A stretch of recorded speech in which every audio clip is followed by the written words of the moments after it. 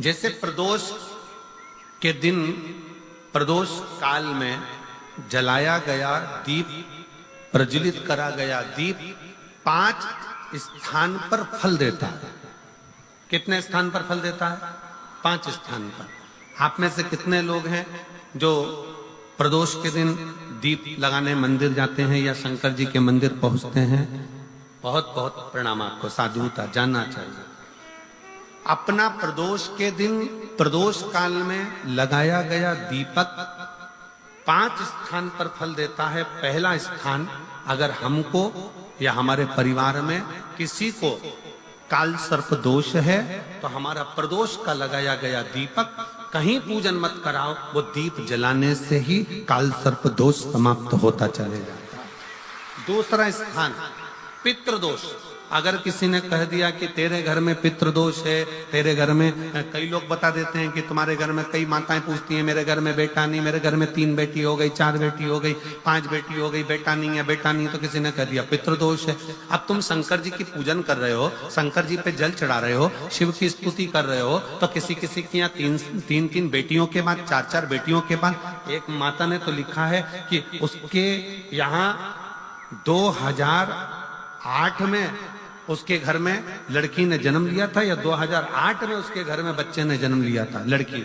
उसके बाद फिर लड़की ने जन्म लिया और उसके बाद उसके घर में कोई पुत्र का योग नहीं बना। तब उसने प्रदोष के समय पर शाम को दिया लगाना प्रारंभ करा और 2008 में बच्ची जन्मी थी और अब 2024 में उसके घर में लड़के ने जन्म लिया।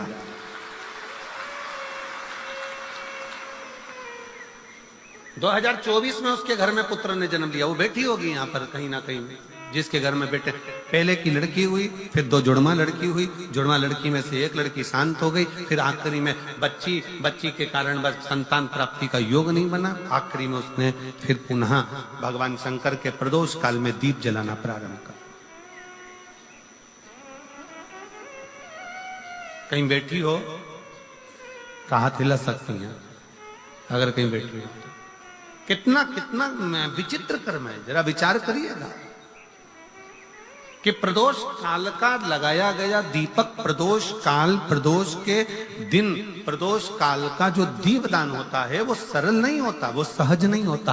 5 स्थान की पूर्ति करता है। पहला, जम के बोलो, पहला स्थान किस चीज के लिए?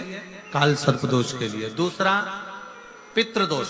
कैसा भी तुम्हें कोई पितृदोष बता दे, कितना भी तुमसे कोई कह दे कि तेरे घर में पितृ का दोष है, तेरे घर में ये दोष है, अगर आप प्रदोष के दिन, प्रदोष काल में, अर्थात सूर्य अस्त के समय के 2:45 तक का जो समय होता है, 2 घंटे के समय का, उसके अंतर्गत अगर आप प्रदोष काल के समय में भगवान शंकर को दीप लगाने के लिए अगर पहुंचे हो तो वो आपको फल देगा ही, पितृदोष का निवारण होगा ही। चाहे तुम कुछ करो चाहे मत करो, वो पितृ की शांति करा दे।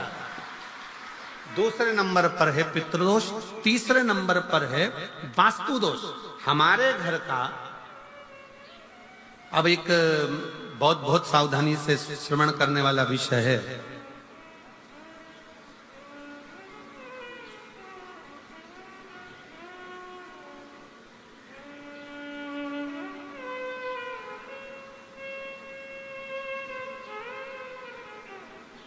यदि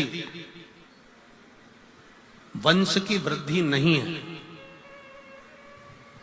30 वर्ष शादी के हो गए, 40 वर्ष शादी के हो गए और औलाद है ही नहीं, डॉक्टर ने भी हाथ ऊंचे कर दिए, टेस्ट पे भी करवाया, IVF करवाया, सब कुछ तुमने करवा लिया, तो भी औलाद नहीं है, तब आखिरी में एक काम चालू करो। प्रदोष का दिन दोनों पति पत्नी व्रत चालू कर दो प्रदोष का, और प्रदोष काल में शाम के समय जाकर एक ही दिए में 2 लंबी बाती जानते हो ना, रुई की लंबी कपास की बाती 2, और दोनों बाती एक ही दिए में रखकर पति पत्नी दोनों उसको प्रज्वलित करना प्रारंभ करें। बाबा संतान देकर ही रहेगा, औलाद आएगी ही। दीप की जो बाती में अंतर आ जाता है, एक गोल बाती में और लंबी बाती में अंतर आता है, बहुत अंतर आता है। पितरों के लिए गोल बाती का प्रयोग बहुत कम होता है महाराज। देवी जी के लिए, माता रानी के लिए, जगत जननी के लिए गोल बाती का प्रयोग बहुत कम होता है महाराज। ध्यान रखिएगा। एक पितृ के लिए, एक जगत जननी जगदम्बा दुर्गा भवानी के लिए गोल बाती का प्रयोग कम होता है, लंबी बाती का प्रयोग ज्यादा होता है। क्यों? क्योंकि हमारे घर की कुल देवी और हमारे घर के पितर हमारे वंश की वृद्धि करें, इसलिए लंबी बाती रखी जाती है, जिससे हमारा वंश बहुत लंबा चले, बहुत उन्नति की ओर बढ़े, इसलिए लंबी बाती का प्रयोग किया। शिव महापुराण की कथा कहती है 5 जगह पर हमारा जलाया गया एक दीप जो प्रदोष के दिन प्रदोष काल में लगाया जाता है, 5 जगह पर भारी पड़ता है। पहले नंबर पर जम के बोलते जाओ, काल सर्प दोष। दूसरे नंबर पर पितृदोष। तीसरे नंबर पर घर का वास्तु दोष। हमारे घर में कितना भी वास्तु दोष है, कोई ने कह दिया यहाँ बाथरूम नहीं बनना थी, यहाँ पर शौचालय नहीं बनना था, यहाँ सीढ़ी नहीं बनना थी, वो सीढ़ी वहां बनना थी, ये सीढ़ी वहां बनना थी। तुम पूरा घर तोड़वा के देख लो, उसके बाद में जैसा वास्तु वाले हैं वैसा करा कर देख लो, उसके बाद भी तुमको शांति नहीं मिले तो समझ लेना कि तुम्हारे घर में अब वास्तु दोष तो तुमने दिखाकर समाप्त कर लिया, फिर भी वो समाप्त नहीं हो रहा। तो प्रदोष काल का लगाया गया प्रदोष के समय का दिया आखिरी में वास्तु दोष को भी समाप्त कर देता है और उसमें भी फल प्रदान करता है। काल सर्प दोष, पितृदोष, वास्तु दोष। चौथे नंबर पर 1 रुपया कमाया, 1.25 रुपये खर्च हुआ, पैसा आया गया।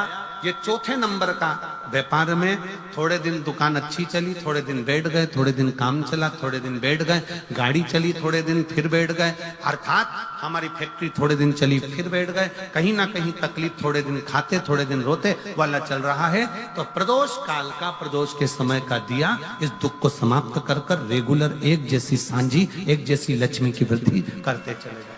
प्रदोष काल का नंबर का प्रदोष काल का दिया, प्रदोष समय का दिया 5वें नंबर पर रोग का निवारण का, रोग निवारण।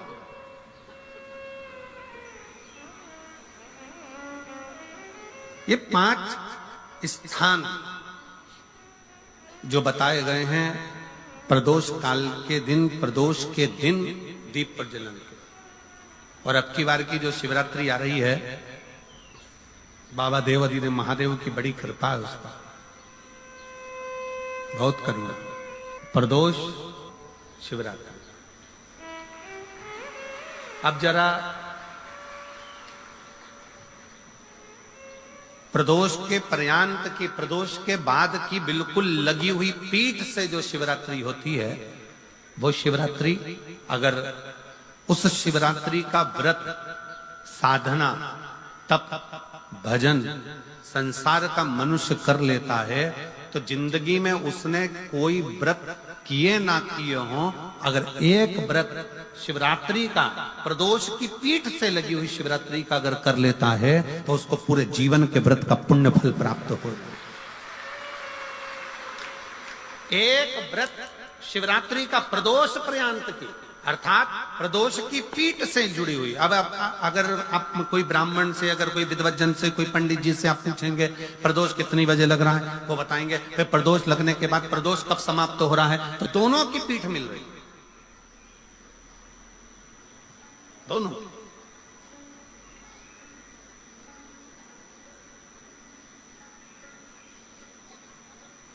करो व्रत। आपने कितनी भी एकादशी के व्रत करे हो, कितनी भी द्वादशी के व्रत करे हो, कितनी भी चतुर्थी व्रत करे हो, कितनी भी तीज व्रत करे हो, कितनी भी अष्टमी का व्रत करा हो, कितनी भी नवरात्रि के व्रत करा हो, कितनी भी तीज का व्रत करा हो, चाहे दुनिया के कितने भी व्रत आपने करे हो, अगर आपने एक महाशिवरात्रि का व्रत नहीं करा तो कोई व्रत का पुण्य फल आपके खाते के अंतर्गत आ नहीं पाता। शिवरात्रि के व्रत की इतनी मूलता है। पर एक निवेदन है, अगर कोई बुजुर्ग है, कोई बीमार है, कोई बूढ़ा व्यक्ति है, बहुत बीमार है, तो उसको निवेदन है आप व्रत ये नहीं कि 24 घंटे का करो, आप व्रत 2 घंटे का कर लो, 1.5 घंटे का कर लो, 1 घंटे का कर लो, 15 मिनट का करो। पर निवेदन है कि जो बीमार व्यक्ति है वो आधे घंटे, 1 घंटा, 2 घंटा, 6 घंटा, 15 मिनट पर शंकर की शिवरात्रि का व्रत ये विचार कर करना, बहू बेटा नाते रिश्ते सबको कह देना। कोई बीमार व्यक्ति है ना, वो भी कह दे कि देख बेटा मेरा व्रत है, तो घर के लोग कहेंगे पापा आपकी तबीयत खराब, मम्मी आपकी तबीयत खराब, दादी आपकी तबीयत खराब, आप व्रत कैसे कर रही हो, बच्चा कैसे व्रत कर रहा है? तो कह देना मेरा 2 घंटे का व्रत है, 2 घंटे मैं बाबा का नाम लेकर जल चढ़ाकर जल का आचमन कर कर मेरे बाबा की भक्ति कर लूं 2 घंटे की, मेरा व्रत पूर्ण हो जाएगा। मैं व्रत कर रहा हूं, आधी में पुनी। तुलसी बाबा कहते हैं थोड़े में बहुत होता है। आपके व्रत अगर कोई बीमार है उसके लिए, अगर कोई कष्ट है शरीर में उसके लिए ऐसा व्रत है, बाकी के सभी के लिए तो वही व्रत शिवरात्रि का पूर्ण व्रत है जिसमें भगवान शंकर की विरल भक्ति को हम प्राप्त करें।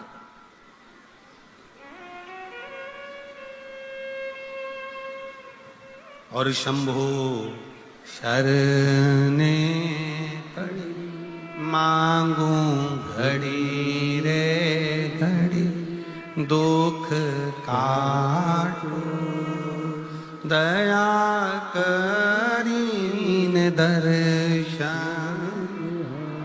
ओ शंभु शरणे पड़ी मांगू घड़ी रे घड़ी, दुख काटो दया करीन दर्शन। भगवान शंकर की अविरल भक्ति को धारण करिए, शिव तत्व को धारण करिए, शिव उपासना को धारण करिए। जल आपने हमने समर्पित किया और भगवान शंकर पर जब जल समर्पित कर कर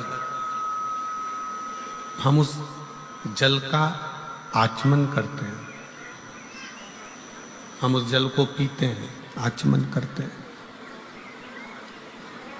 तब उस शिवलिंग का जो तेज पुंज है, भगवान शंकर के शिवलिंग में जो तेज पुंज होता है, क्योंकि शिव महापुराण के अंतर्गत और लिंग पुराण के अंतर्गत, नर्मदा पुराण के अंतर्गत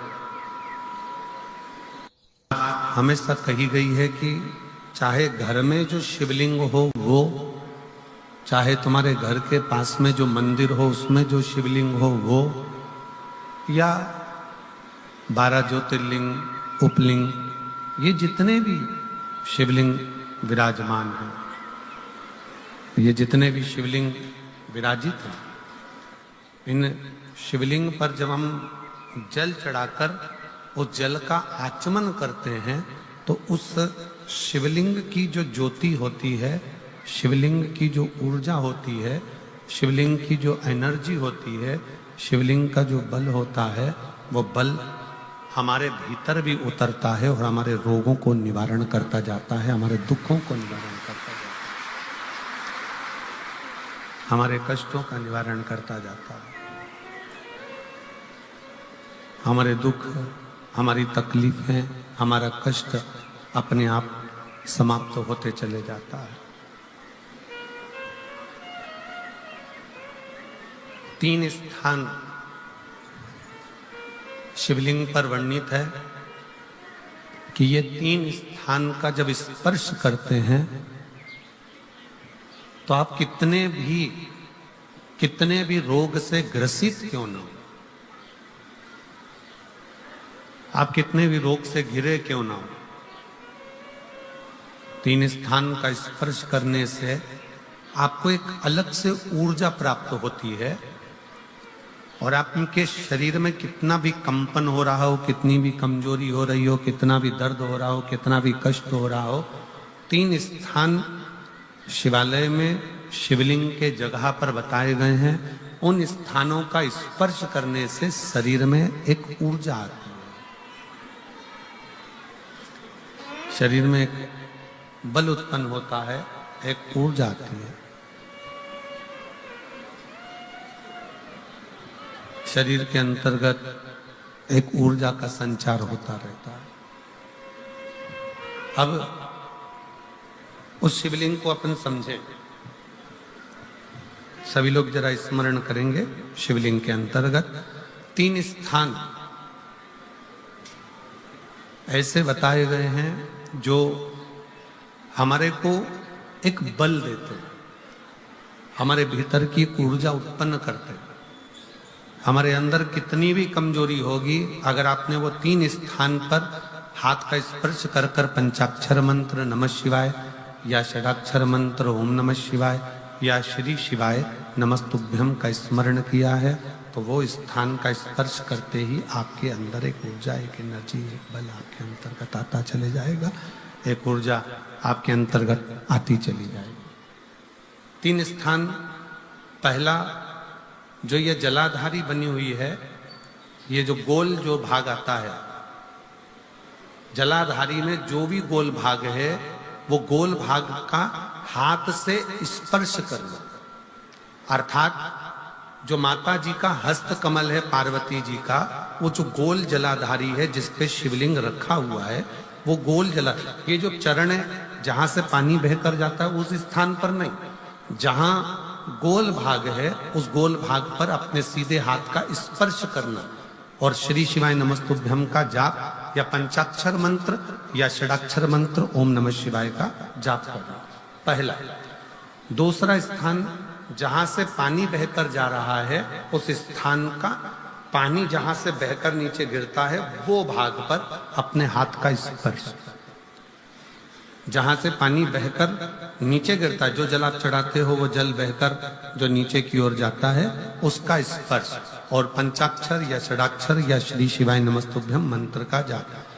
फिर तीसरा स्थान बताया कि शिवलिंग में किसी भी स्थान पर अपनी हथेली का स्पर्श, केवल हथेली का स्पर्श, उसमें उंगलियों का स्पर्श नहीं, केवल हथेली का स्पर्श, और पंचाक्षर या षडाक्षर या श्री शिवाय नमस्तुभ्यम मंत्र का जाप। ये 3 स्थान ऐसे बताए हैं कि आपके शरीर में अगर बिल्कुल भी इतनी एनर्जी नहीं है कि आप 2 कदम चल सकते हैं, तो शंकर के मंदिर में, शिवालय में जाकर ये 3 स्थान का स्पर्श करिए। मंदिर से जब आप बाहर निकलेंगे तो खुद के बल पर निकलेंगे, कोई आपको उठाने के लिए जरूरत नहीं पड़ेगी। आप स्वयं के बल पर निकल सकते, स्वयं के बल पर आगे बढ़ सकते, स्वयं के बल पर अग्रणी हो सकते, स्वयं के बल पर आप आगे निकल सकते। 3 स्थान हैं जहां व्यक्ति के जीवन के दुख, तकलीफ, रोग, कष्ट अपने आप नष्ट होते चले जाते हैं। तो पहला जो स्थान है वो पार्वती जी का स्थान हस्तकमल, दूसरा कार्तिकेय और गणेश के मध्य में जो अशोक सुंदरी है और कार्तिक गणेश बैठे वहां से जो पानी नीचे की ओर आता है वो स्थान, और तीसरा अपनी हथेली का, शिवलिंग का कोई भी स्थान जहां अपनी हथेली का स्पर्श हो जाए वो स्थान। ये 3 जगह हमें बल देती है, हमें ऊर्जा देती है, हमें एनर्जी देती है।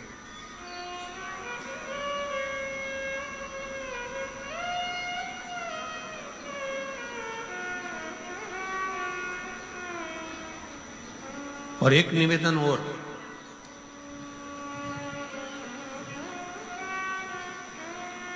आप यदि कोई कार्य के लिए निकल रहे हो, कोई कार्य करने के लिए जा रहे हो और आपका मन उस कार्य में डामाडोल हो रहा है, ये होगा कि नहीं होगा, सफलता मिलेगी कि नहीं मिलेगी, मैं कोर्ट में जा रहा हूं या पैसे पर जा रहा हूं या कोई जमीन का लफड़ा है या कोई प्रॉब्लम है, इसमें सफलता मिलेगी कि नहीं मिलेगी। जब आपके 2 मन, और ऐसा तो संसार में कोई जन्मा ही नहीं जिसके 2 मन ना हो। घर से कथा सुनने निकलते हो तो 2 मन हो जाते हैं, आज पीली साड़ी पहन के जाऊं कि नीली पहन कर जाऊं, 2 मन जब भी हो जाते हैं। भोजन करने बैठते हो तो भी 2 मन हो जाते हैं, दाल खाऊं कि गोभी की सब्जी से पहला टुकड़ा खाऊं। रोटी का पहला टुकड़ा जब तोड़ने का नंबर आता है तो सोच में आता है कि इससे खाऊं कि इससे खाऊं कि इससे खाऊं। 2 मन तो वहां पर भी है। किसी के यहाँ शादी में गए, किसी के यहाँ शादी में पहुंचे और शादी में पहुंचकर वहां बहुत सारे स्टॉल लगे हैं, खाने की बहुत सारी व्यवस्था करी गई है, फिर 2 मन हो जाते हैं कि मैं पहले चाउमीन खाऊं कि पानी पतासा खाऊं, गोलगप्पा खाऊं कि छम्मक लड्डू खाऊं, कि मैं जलेबी खाऊं कि क्या प्रसाद करूं। मन दो हर जगह।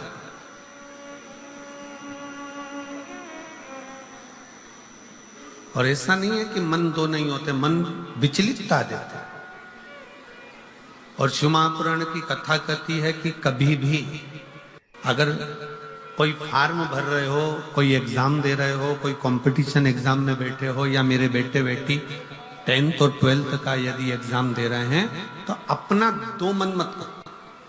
तुम एक मन बनाओ कि मैं इस एग्जाम में बैठ रही हूं और मेरा विश्वास कहता है कि मैं शंकर पर पूरा भरोसा करती हूं और मैंने रात दिन पढ़ाई करी है, तो मैं पास होकर मानूंगी, तो वो पास होकर ही मानूंगी।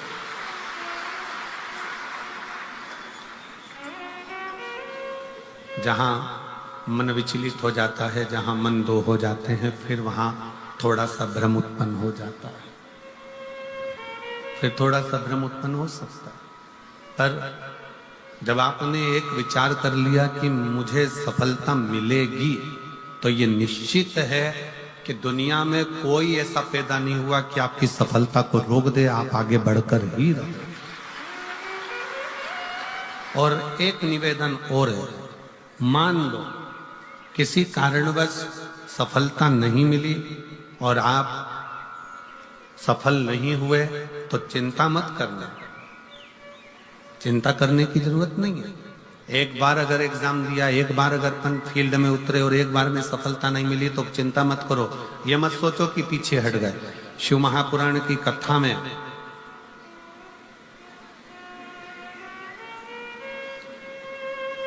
वन के अंदर भगवान शंकर अर्जुन को ज्ञान उपदेश दिए थे। जिस समय पर एक सुअर, जंगली सुअर भागता जा रहा था, और उस समय पर जब बाण छोड़ा गया था, तब भगवान शंकर ने अर्जुन को उपदेश दिया कि अर्जुन, एक बार युद्ध के मैदान में अगर थोड़ा सा पीछे सरके हो तो टेंशन मत लेना, चिंता ना करा। एक कंपटीशन एग्जाम में आप बैठे हो, एक एग्जाम आप दे रहे हो और उस एग्जाम में सफलता नहीं मिल रही है। आपने एक बार परीक्षा दी, एक बार आपने नीट की तैयारी करी, एक बार आपने सीए की तैयारी करी, एक बार आपने अन्य तैयारियां करी और उसमें आपको सफलता नहीं मिली और आप उसमें उत्तीर्ण नहीं हुए और आपने मन दुखी कर लिया। अब मैं तो बताओ आगे ही नहीं बढ़ पाया। चिंता न करें। भगवान शंकर का ये संवाद जो उन्होंने युद्ध के पहले अर्जुन को दिया है, एक सुअर को मारते समय, एक जंगली सुअर को मारते समय भगवान शंकर ने उपदेश दिया था, अर्जुन तीर को बहुत दूर भेजना है ना, तो तीर को थोड़ा सा पीछे खींचना पड़ेगा। उसी तरह यदि एक बार तुम्हें सफलता नहीं मिली, एक बार तुम उत्तीर्ण नहीं हुए, तो ये मत सोचना कि तुम उत्तीर्ण नहीं हो गए।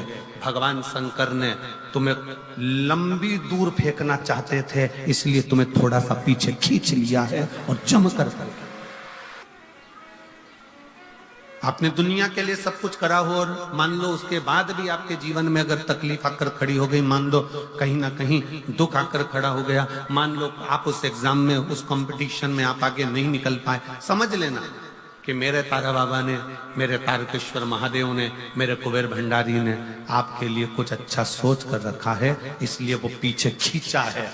और पीछे खींचा है इसका मतलब ये मत समझना कि तुम्हें पीछे रख दिया है। उसने तो अभी तुम्हें धनुष पर चढ़ाया है, और चढ़ाने के बाद मेरा शंकर जब छोड़ेगा तो फिर इतना आगे निकल जाओगे कि दुनिया तुमको देखती रह जाएगी कि तुम किस मंजिल तक पहुंचे। वो पीछे खींचता है, वो पीछे खींच रहा होता है।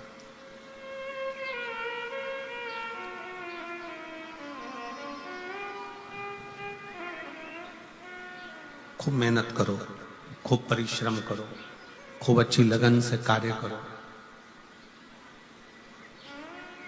और जितनी मेहनत से कर सकते हो उतनी मेहनत से करो। जिस समय पर तुम्हारा दो मन हो रहा हो, तुम्हें लग रहा हो कि मैं निकलूंगा कि नहीं निकलूंगा, तुम्हें लग रहा है कि ये एग्जाम में क्लियर कर पाऊंगा कि नहीं कर पाऊंगा, मैं पहुंचूंगा कि नहीं पहुंचूंगा, तो यही 3 स्थान यही 3 स्थान, 3 अक्षत को इन 3 स्थान पर ही रखा जाता है। जो 3 स्थान अभी आपको बताए हैं, एक माता पार्वती जी का गोल स्थान हस्तकमल स्थान, दूसरा जहां से पानी बहकर नीचे की ओर जा रहा है उसी विराम स्थल पर, और तीसरा शंकर भगवान के शिवलिंग पर। ये 3 स्थान 3 अक्षत से पूर्ति कर देते बिना संकोच। और जिसके घर में शंकर भगवान के व्रत के लिए अगर झगड़ा हो रहा है तो निवेदन है, व्रत बिल्कुल मत करिए।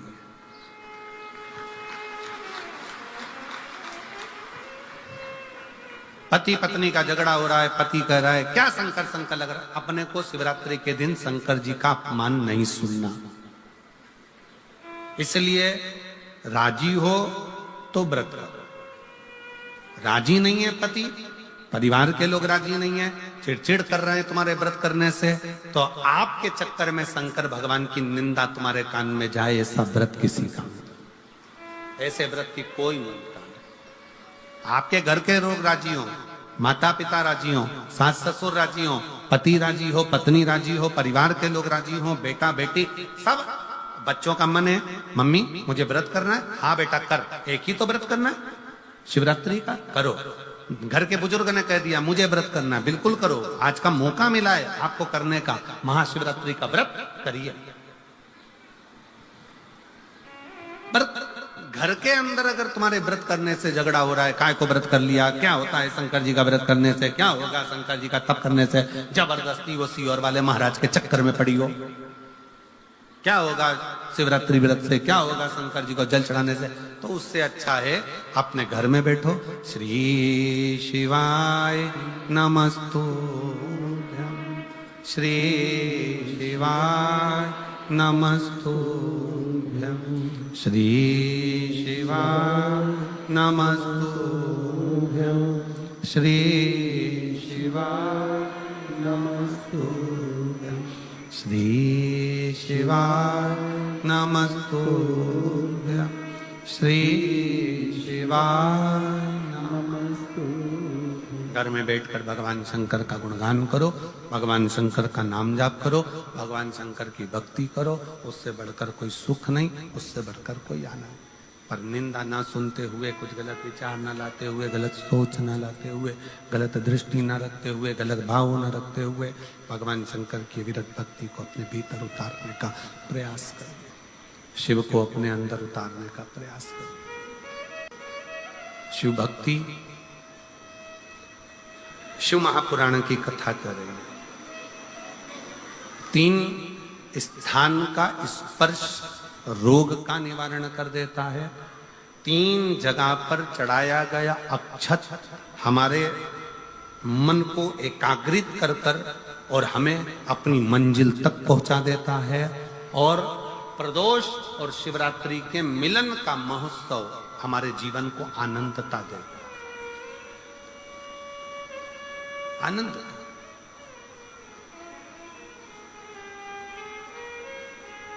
क्या सुख है। आपके यहाँ तो सिरसा वालों को तो बड़ी बड़ी बधाइयां हम दें कि सिरसा की पवित्र भूमि पर तारकेश्वर महादेव विराजमान है। कम से कम 1 लोटा चढ़ाने के लिए, जल के लिए आप हृदय से पहुंच तो जाते हो। यहाँ तारकेश्वर महादेव विराजमान है। तारकेश्वर महादेव बेटे, आवाज सेट नहीं है, गला पकड़ रहा है, सेट करिए उसको। तारकेश्वर महादेव जी यहाँ विराजमान है, भगवान शंकर स्वयं विराजित, शिव शिव शंकर शंकर। मैं माननीय गोपाल जी कांडा जी से कहूंगा, गोपाल जी जैसे भक्त यहां बैठकर कथा को सुन रहे हैं, कुबेरेश्वर धाम पर आज से शिव भक्त पहुंचना चालू हो गए, और जिसमें 26-25 तारीख से कार्यक्रम है। 25 तारीख से रुद्राक्ष महोत्सव, 25 फरवरी से चालू होगा। पर लोगों का विश्वास ऐसा होता है, जैसे इस पवित्र प्रांगण में आप लोग बैठे हो। कल हम देख रहे थे कि गोविंद जी उधर जहां राम जी की मूर्ति है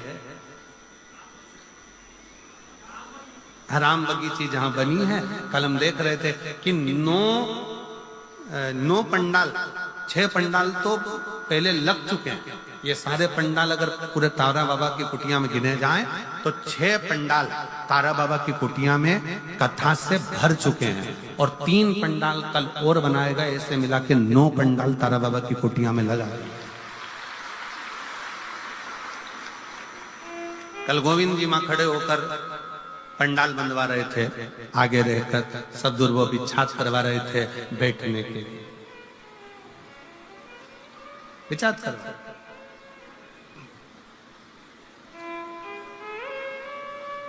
और कितना समर्पण।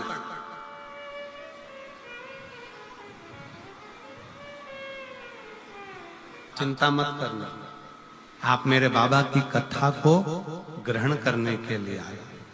मेरा शंकर कथा के माध्यम से हमने फिर कहेंगे, ये शिव महापुराण केवल पोथी नहीं है, ये मेरे शंकर का एक अंश स्वरूप है। जब हम कथा सुनते हैं, श्री शिवाय नमस्तुभ्यम बोलते हैं, बोलने के बाद जब हम मौन हो जाते हैं, उस समय पर आपका दुख काटने के लिए मेरा शंकर आपके कर्ण से प्रवेश कर कर आपके हृदय में बैठकर आपके घर तक जाकर आपके दुख को काट देता है। ये दुनिया लोग कहते कि कथा है, दुनिया की दृष्टि में लोग कहते हैं कि ये सुपुराण है। हमारी दृष्टि में ये कथा नहीं है, हमारी दृष्टि में तो हमारा शंकर है, हमारा शिव है।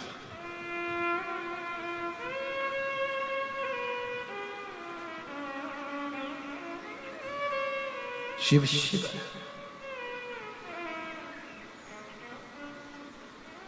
और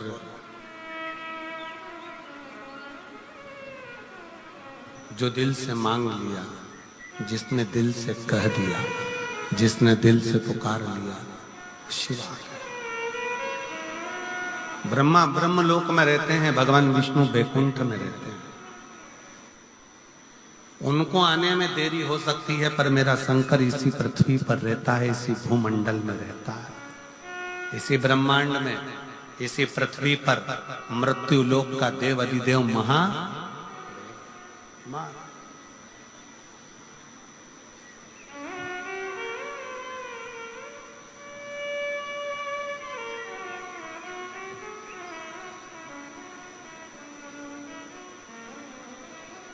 गोपाल जी, लोग कहते हैं गुरुजी आप वहां कैलाश मानसरोवर की यात्रा करे हो कि नहीं करे हो?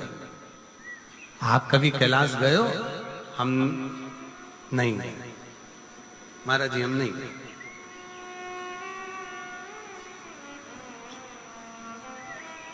हम नहीं गए। कहा आप इतने बड़े शंकर जी का गुणगान करते हो और आप कैलाश नहीं गए?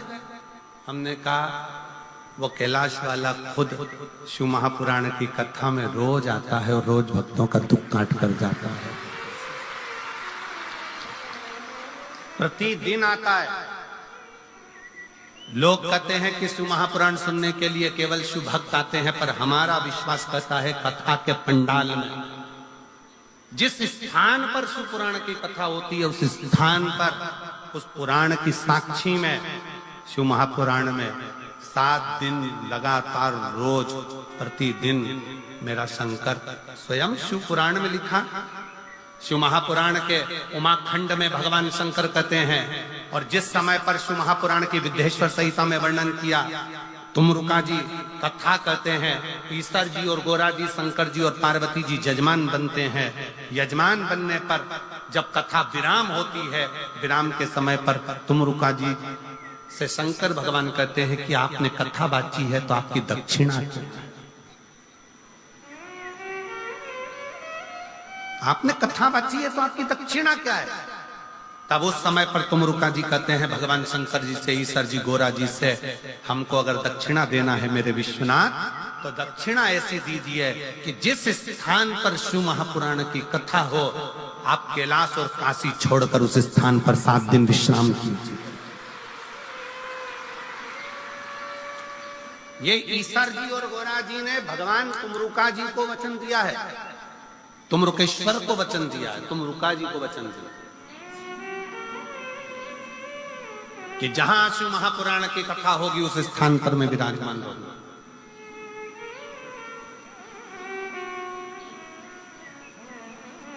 मैं स्वयं उस स्थान पर।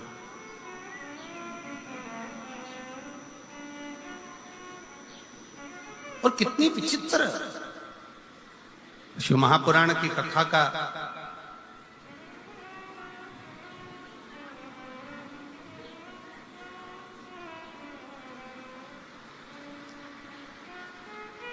शिव महापुराण के विचारों का, शिव महापुराण का स्मरण दुनिया तुमसे कह दे कि हम कथा सुनने जा रहे हैं।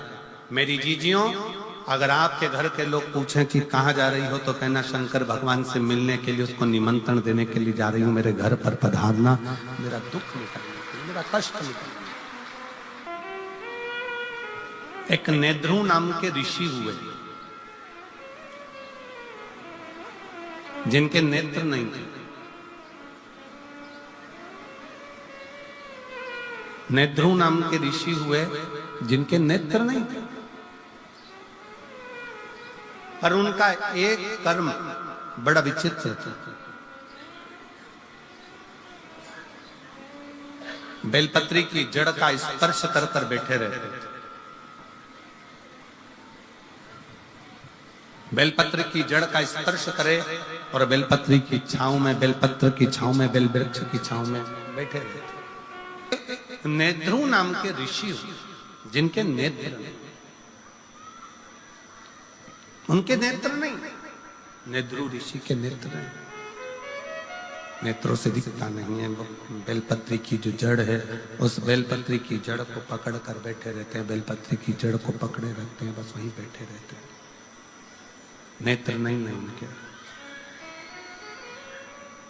अब जहां वो रहते थे उसी के नजदीक में 5 या 7 गांव छोड़कर एक शारदा नाम की एक स्त्री रहती थी। और वो शारदा नाम की स्त्री अपने एक बेटा, एक बेटी और उसका पति साथ में निवास करते, साथ में रहते, साथ में निवास करते, साथ में रहते रहते रहते समय बीत गया। कुछ मित्रों की संगत शारदा के पति को लग गई।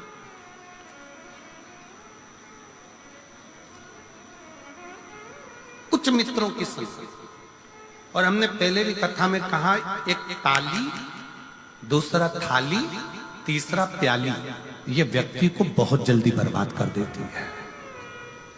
पहले नंबर पर ताली, प्रशंसा करने वाले अगर तुम्हारी प्रशंसा कर कर तुम्हें गलत काम में लगा रहे हैं तो तुम्हें बर्बादी की ओर लेकर जा।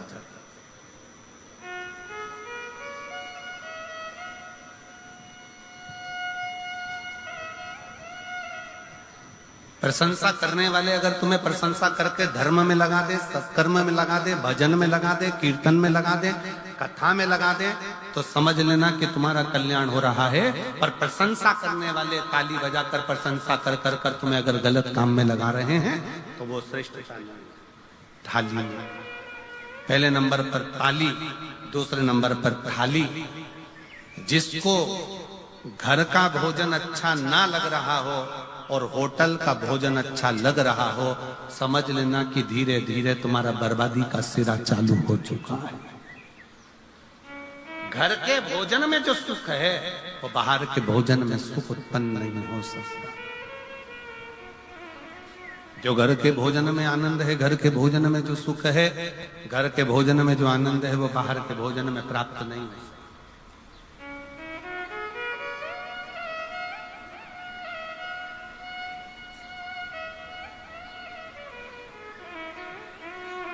घर में जो भोजन बनाकर रखा उसमें श्रेष्ठता आई नहीं, संतुष्टि मिली नहीं, और बाहर का भोजन श्रेष्ठ लग रहा है, बर्बादी का सिरा। मित्र ले जाएंगे, चल जरा बाहर खाकर आते हैं, होटल ले गए, पार्टी में ले गए, खाया पिया आ गए, आज उन्होंने खिलाया, कल तुमसे खाया। फिर है प्याली मित्र, ताली, थाली, जम के बोलो प्याली। ये पीने वाले जो होते हैं ना, तुमको तुम्हारे बच्चों को पहले लेकर जाएंगे, साथ बिठाएंगे, घुमाएंगे, फिराएंगे, रंग ढंग दिखाएंगे, एंजॉय कराएंगे, अपने पैसे से पहले तुम्हें खिलाएंगे, फिर जब तुमको लत लग जाएगी तब तुम्हारे पैसे से वो आप पिएंगे और तुम्हें एक दिन बर्बाद कर कर चौराहे पर बिठा देंगे। ये प्याली से बचिए, ताली प्रशंसा करने वालों से भी बचिए, थाली होटल का भोजन कराने वालों से, गलत भोजन कराने वालों से, मांसाहार कराने वालों से, वेश्यावृत्ति कराने वालों से, जुआ खेलने वालों से या अन्य व्यसनों में डूबने वालों से थोड़ा बचा। अगर गलत संगत अगर है तो वो हमें बर्बाद कर। और कोई कहता है कि गुरुजी वो हमारे परिवार के लोग ऐसा कर्म कर दिया और वो ऐसा, तो हमारा निवेदन है ऐसा नहीं कि आप परिवार छोड़ दोगे, घर छोड़ दोगे, कुटुंब छोड़ दोगे। आप तो इतना करो ना कि पानी से मिट्टी और मिट्टी से पानी दोनों ही कीचड़ मचा रहे हैं, तो दोनों की दूरी ही श्रेष्ठ है, दोनों की दूरी श्रेष्ठ। आज के जमाने में किसी से कह दो भगवान की कथा सुनो, भजन सुनो, कीर्तन सुनो, मंत्र जाप सुनो, स्मरण करो, भगवान का भजन करो, अभी कोई उम्र है बुढ़ापे में करेंगे और मालूम पड़े बुढ़ापे में प्राण निकल गए, उससे पहले निपट गए तो कोई भरोसा? पहले तो गारंटी भी थी कि 100 में जाओगे, आज के समय में तो खसक के 80 पे आ गए और 80 में भी अभी कोई भरोसा नहीं है। चलते चलते लड़की, एक दुल्हन इंदौर में अपनी शादी में महिला संगीत में नाच रही थी और दुल्हन मर गई। अभी हमारे एक शाहपुर के पास में एक दूल्हा घोड़ी पर बैठा हुआ था, वीडियो देखा होगा आप लोगों ने, घोड़ी पर बैठा और दूल्हा घोड़ी पर बैठा और बस उतरने ही वाला था और प्राण छूट गए। जीवन का क्या ठिकाना है, किसको मालूम कौन की मृत्यु कब आएगी, कौन मरेगा कब, कैसे मरेगा, इसका ठिकाना है, किसको मालूम।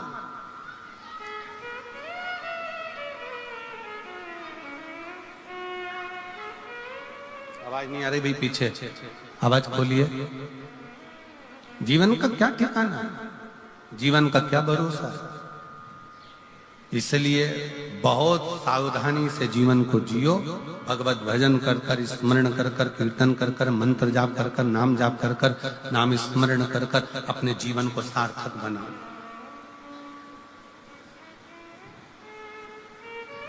और मिलती है शिव नाम की दौलत कभी कभी, होती है अपने सिरसा में शिव पुराण कभी कभी। बड़ी मुश्किल से हो, खूब भागवत मिलेगी, खूब तुमको कथा मिलेगी, स्मरण मिलेगा, संकीर्तन मिलेगा, भजन मिलेगा, सब कुछ मिलेगा, और शिव महापुराण की कथा जब तक मेरा बाबा ना चाहे तब तक नहीं हो सकती।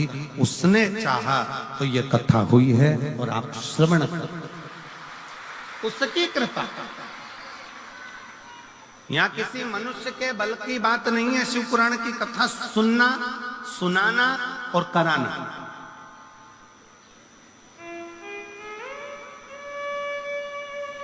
हमारी सामर्थ्यता नहीं है कि हम शिव पुराण की कथा बाँच दें। गोविंद जी गोपाल जी के बस की बात नहीं कि शिव पुराण की कथा करवा लें, और आपके बस की बात नहीं है कि आप कथा सुन लो।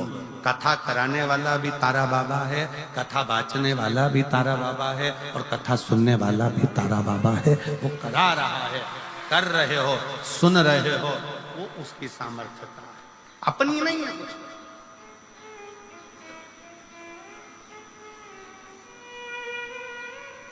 बड़ी मुश्किल से। और काया को पाके तुम कभी अभिमान ना करो,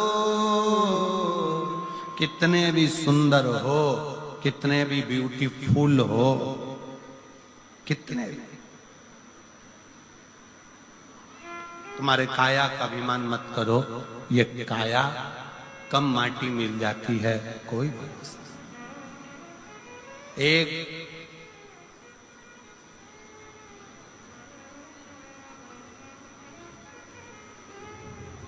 बीमा कराने की भी एक उम्र होती है। कोई 80 साल 90 साल का बीमा कंपनी में जाकर कह दे और कहें मुझे बीमा कराना, बीमे वाले कहेंगे घर जाओ, पागल हो गए हो, 80 साल में कोई बीमा होता है?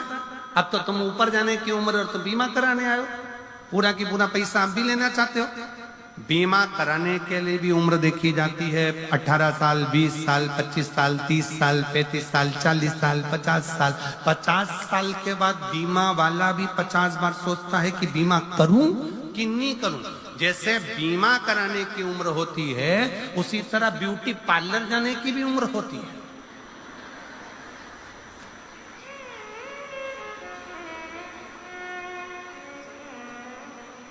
कोई 85 साल की, हाथ थर थर कांपे, मुंडे से पूरा सोफा सेट निकल गया, खिड़कियां खराब हो गई, गेट दोनों बेकार, मशीन से काम चल रहा, पूरा चेहरे पर सल पड़ा, हाथ पूरे कमजोर, कपड़े ऐसे लग रहे जैसे हैंगर पे टांग दिए, और पूरा शरीर बेकार।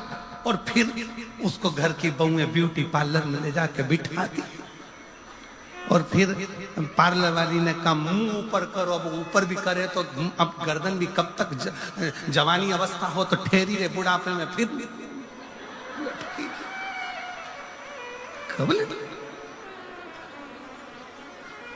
अब पार्लर वाली ने बेचारी ने चेहरे पर मेकअप करना चालू करा। हमारी सास का मेकअप कर दो, हमारी दादी सास है, मेकअप करो। तो एक एक्स्ट्रा लड़की बुलाई कि इसकी खाल ऐसे खींच खींच के पकड़ो, फिर खींच के, फिर खींच के,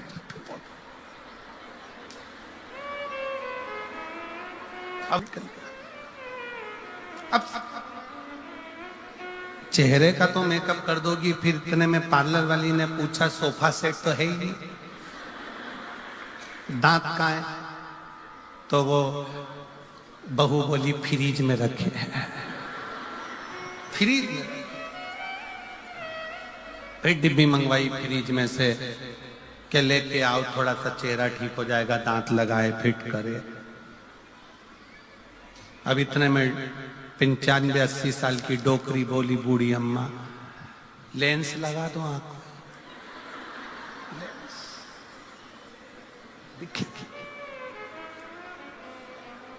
बीमे की भी उम्र होती है, ब्यूटी पार्लर की भी उम्र होती है, उसी तरह शिव महापुराण सुनने की भी उम्र होती है कि सुनो, ये भी उम्र। शरीर साथ देगा नहीं, और कथा में जाकर बैठ भी जाओगे तो मन लगेगा नहीं, तो क्या मतलब कि काया को पाके तुम कभी अभिमान ना करो, काया को पाके तुम कभी अभिमान ना करो,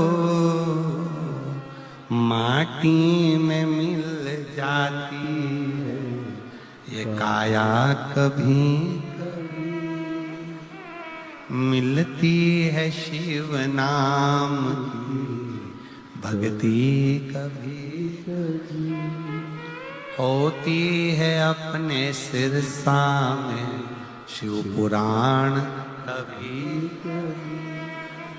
बड़ी मुश्किल से